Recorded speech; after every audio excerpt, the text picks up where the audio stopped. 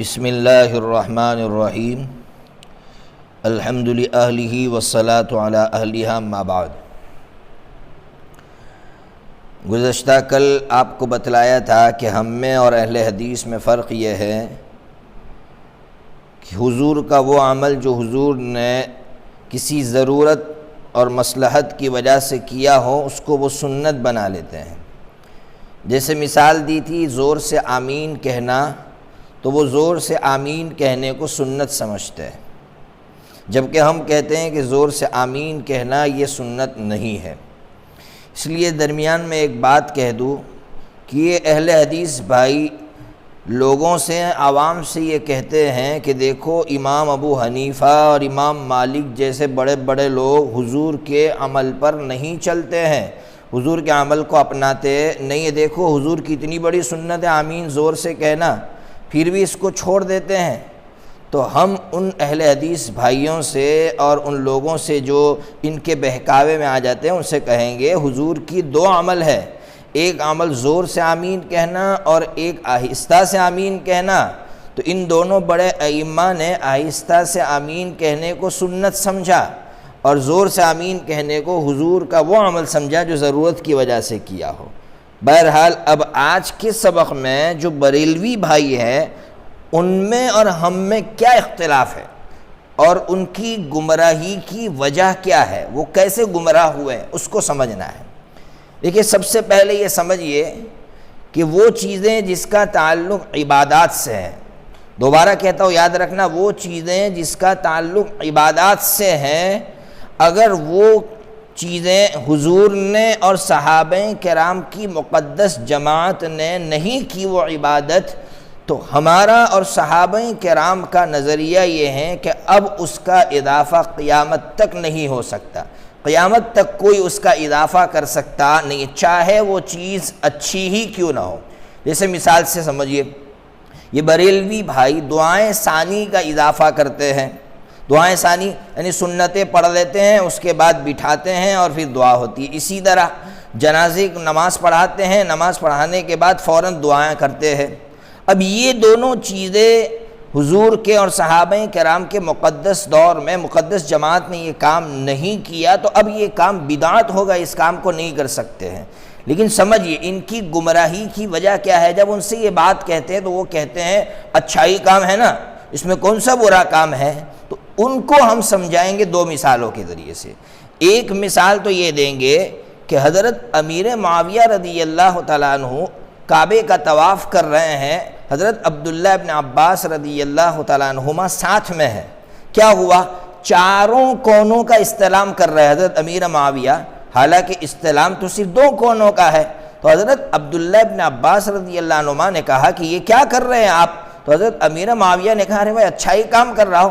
حضرت عبداللہ ابن عباس رضی اللہ عنہما نے کہا نا، ہم نے حضور سے صرف دو کونوں کا استلام دیکھا ہے، اس لیے ہم یہ دو جن کا آپ نے اضافہ کیا اس کو ہم لے سکتے نہیں ہیں۔ یاد رکھیے یہ واقعہ جو میں نے آپ کو سنایا یہ ترمذی شریف کتاب الحج میں ہے۔ اسی طرح ایک اور مثال ملتی ہے ترمذی شریف ثانی کے اندر کہ ایک صاحب نے عبداللہ ابن عمر رضی اللہ تعالیٰ عنہما کے سامنے چھینک ماری اور کیا جملہ کہا؟ الحمدللہ والصلاة والسلام علی رسول اللہ۔ تو حضرت عبداللہ ابن عمر رضی اللہ عنہما نے فرمایا بھائی دیکھ میں بھی درود پڑھتا ہوں، لیکن اس موقع پر درود پڑھنا حضور سے ثابت نہیں ہے۔ اب سوچئے درود کتنی اچھی چیز ہے، لیکن حضرت عبداللہ ابن عمر رضی اللہ عنہما نے اس کو رد فرمایا، ریجیکٹ کیا۔ اس سے صاف معلوم ہوا کہ کوئی چیز خواہ کتنی ہی اچھی کیوں نہ ہو، لیکن اگر حضور نے اور صحابہ کرام کی مقدس جماعت نے نہیں کی تو اب اس کا اضافہ قیامت تک ہو سکتا نہیں۔ یہ ان کی پہلی غلطی بریلویوں کی۔ دوسری غلطی، وہ عبادتیں جو حضور نے کی ہیں اور صحابہ کرام کی مقدس جماعت نے کی ہے لیکن جس طرح کی ہے اسی طرح کی جائے گی۔ مثال کے طور پر اگر انہوں نے وہ عبادت انفرادی طور پر کی ہے تو اب قیامت تک وہ انفرادی رہے گی، اس کو اجتماعی نہیں بنا سکتے۔ اگر اجتماعی بنائیں گے تو وہ بدعت ہو جائے گی۔ مثال سے سمجھیے، بخاری شریف اول کے اندر آپ کو ایک واقعہ ملے گا کہ اشراق کی نماز کا وقت ہے، مسجد نبوی کے کونے میں عبداللہ ابن عمر رضی اللہ تعالیٰ عنہما تشریف فرما ہے، کچھ لوگ جمع ہو کر اشراق کی نماز پڑھ رہے تھے، تو حضرت کے شاگردوں نے حضرت سے سوال کیا کہ حضرت یہ کیا ہے؟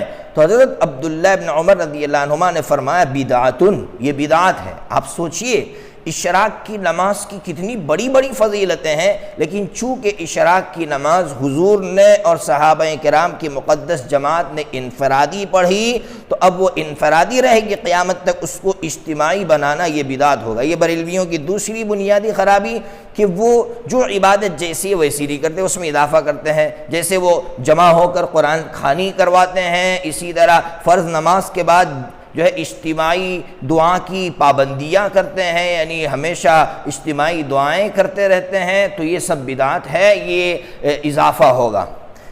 تیسری ان کی گمراہی کہ حضرت نبی پاک صلی اللہ تعالی علیہ وسلم سے جو عمل جس طرح ثابت ہیں اسی طرح کریں گے۔ اس کی ایک اور بنیادی ان کی گمراہی کہ حضور نے وہ عمل کسی مصلحت کی وجہ سے کیا ہو تو اب اس کو ہم جو ہے سنت نہیں بنا سکتے۔ اس سے پہلے بھی کہا تھا اگر کوئی سنت بنائے گا تو ظاہر سی بات ہے یہ گمراہ مانا جائے گا۔ جیسے مثال کے طور پر حضرت امام مالک رحمۃ اللہ علیہ کے بارے میں آتا ہے کہ کچھ لوگوں نے فجر کی سنت کے بعد مسجد نبوی میں سونا شروع کر دیا اور یہ کہنا شروع کیا کہ حضور بھی تو جو ہے سوتے تھے، آرام فرماتے تھے، تو حضرت نے فرمایا بدعت۔ ارے حضور سوتے تھے، آپ کہہ رہے بدعت؟ ہاں اس لیے بدعت کہ حضور جو سوئے ہیں وہ ضرورت کی وجہ سے سوئے ہیں۔ کیا مطلب؟ حضور چونکہ لمبے لمبے تہجد پڑھتے تھے اور حضور تھک جاتے تھے، اس لیے جو ہے حضرت نبی پاک صلی اللہ علیہ وسلم آرام فرما رہے۔ اب حضور کا وہ عمل کسی مصلحت کی وجہ سے تھا تو اس کو سنت بنا لیا تو یہ بدعت ہو جائے گا۔ جیسے میں نے اس سے مثال دی تھی قبرستان کی کہ لوگ 15ویں شعبان کو قبرستان جاتے اور یہ کہتے یہ سنت ہے، نہ، حضور جو گئے ہیں وہ کسی ضرورت کی وجہ سے گئے ہیں۔ تو بہرحال میں نے آپ سے کہا کہ ان کی تیسری گمراہی یہ ہے کہ حضور نے وہ عمل کسی مصلحت کی وجہ سے کیا تو اب وہ مصلحت تک رکھیں گے، اس کو سنت بنا لینا بدعت ہوگا۔ تو میں نے یہ کہا کہ ان کی گمراہی کی بہت ساری وجوہات ہیں کہ وہ انفرادی عبادتوں کو وہ اجتماعی بنا لیتے ہیں، اسی طرح حضرت نبی پاک صلی اللہ تعالیٰ علیہ وسلم سے جو عبادت جو ہے مصلحتاً ثابت ہے اس کو وہ سنت بنا لیتے ہیں، اور پھر ساتھ میں یہ کہتے ہیں کہ اس میں کیا حرج ہے۔ یہ ان کی بہت بہت بہت بڑی گمراہی ہے، اس لیے جب تک ان چیزوں کو سمجھا نہیں جائے گا اس وقت تک جو ہے بدعت نہیں سمجھ میں آئے گی۔ اسی طرح ان کی چوتھی گمراہی کی وجہ کہ حضور نے وہ کام ضروری سمجھ کر نہ کیا ہو، اس کو ضروری بنا لینا یہ بھی بدعت ہوگا۔ جیسے مثال سے سمجھیے کہ ایک مرتبہ حضرت عبداللہ ابن مسعود رضی اللہ تعالیٰ عنہ نے دیکھا، یہ بخاری میں واقعہ ہے، کہ ایک امام صاحب نماز پڑھانے کے بعد مڑ رہے ہیں لیکن ہمیشہ داہنی طرف مڑتے ہیں، بائیں طرف بھی نہیں مڑتے، سامنے کا رخ بھی نہیں کرتے۔ تو حضرت نے فرمایا کہ تم نے اپنی نماز میں شیطان کو داخل کر دیا۔ کیوں بھائی؟ اچھا عمل ہے بھائی، حضور داہنی طرف مڑتے تھے، لیکن اس سے غلطی یہ ہو رہی تھی کہ حضور نے جو عمل کیا ہے وہ لازمی نہیں تھا، اس کو لازمی بنا دینا بدعت ہوگا۔ تو بہرحال یہ ان کی گمراہی کی وجہ ہے۔ جیسے مثال کے طور پر بھائی آپ کو ایصال ثواب کرنا ہے تو ایصال ثواب کرنے کے لیے ضروری نہیں ہے کھلانا، لیکن یہ ہمارے بریلوی بھائی اور کچھ دیوبندی لوگ بھی یہی کام کر رہے ہیں کہ کھلانے ہی کو ضروری سمجھتے تو یہ بدعت ہو جائے گا۔ اسی طرح کوئی بیمار ہوا تو سمجھتے جب تک جانور ذبح نہیں کریں گے شفا نہیں ملے گی، تو جانور ذبح کرنے کو ضروری سمجھنا یہ بدعت ہو جائے گا۔ تو بہرحال میں نے بہت ساری مثالوں سے بات کو کھول کھول کر سمجھایا اور ان کی گمراہی کی چاروں بنیادوں کو واضح کر کے رکھا ہے۔ اللہ تعالیٰ سے دعا کیجئے کہ اللہ تبارک و تعالیٰ ہمیں جو شریعت ہے وہ سمجھا دے تاکہ بدعات سمجھ میں آئیں اور بدعاتوں کو چھوڑا جائیں، اور جو حضرت نبی پاک صلی اللہ علیہ وسلم نے صحابہ کرام کی مقدس جماعت نے جس طرح کام کیا اسی طرح کریں گے، چاہے وہ کام جو بعد میں کیا جانے والا کام اچھا اس کو بھی چھوڑ دیا جائے۔ جائے گا۔ ورنہ لوگ کہتے ہیں کیا حرج ہے، ان سے کہا جائے گا کہ بھائی حضور اور صحابہ کرام سے بڑھ کر ہماری سوچ ہے، حضور نے نہیں کیا تو اب نہیں کیا جائے گا، اب میری نظر میں وہ اچھا ہو تو وہ اچھا نہیں ہو سکتا ہے۔ اللہ تبارک و تعالی امت کو اسلام سمجھا دے۔